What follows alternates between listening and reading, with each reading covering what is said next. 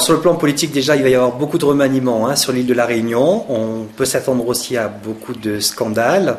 Il va y avoir aussi pas mal de règlements de comptes entre personnages plus ou moins assez importants. Ça va être une année extrêmement difficile sur le plan politique pour toute l'île de la Réunion. Il y a des nouvelles têtes qui arrivent, il y a aussi des têtes qui tombent.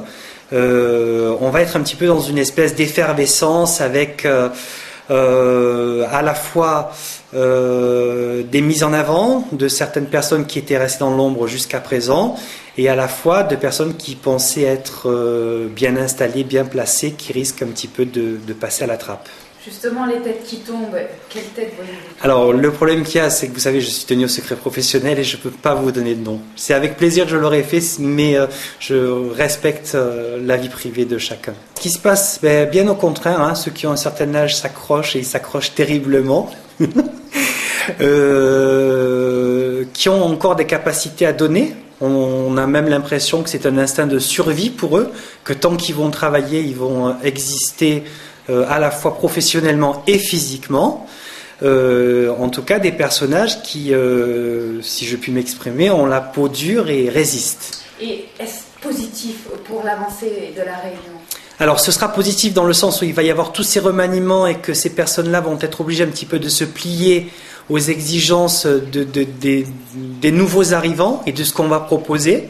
Donc on va vers des accords favorables, vers des discussions qui vont être quand même assez longues et ardues, mais on arrive quand même pour la Réunion à stabiliser un pouvoir politique, à retrouver du calme après toute cette effervescence. Alors de grands projets, déjà tous les projets vont être remis en question. Si on devait parler du tram-train, qui pour ma part, et ça n'engage que moi, ne se fera pas dans la totalité.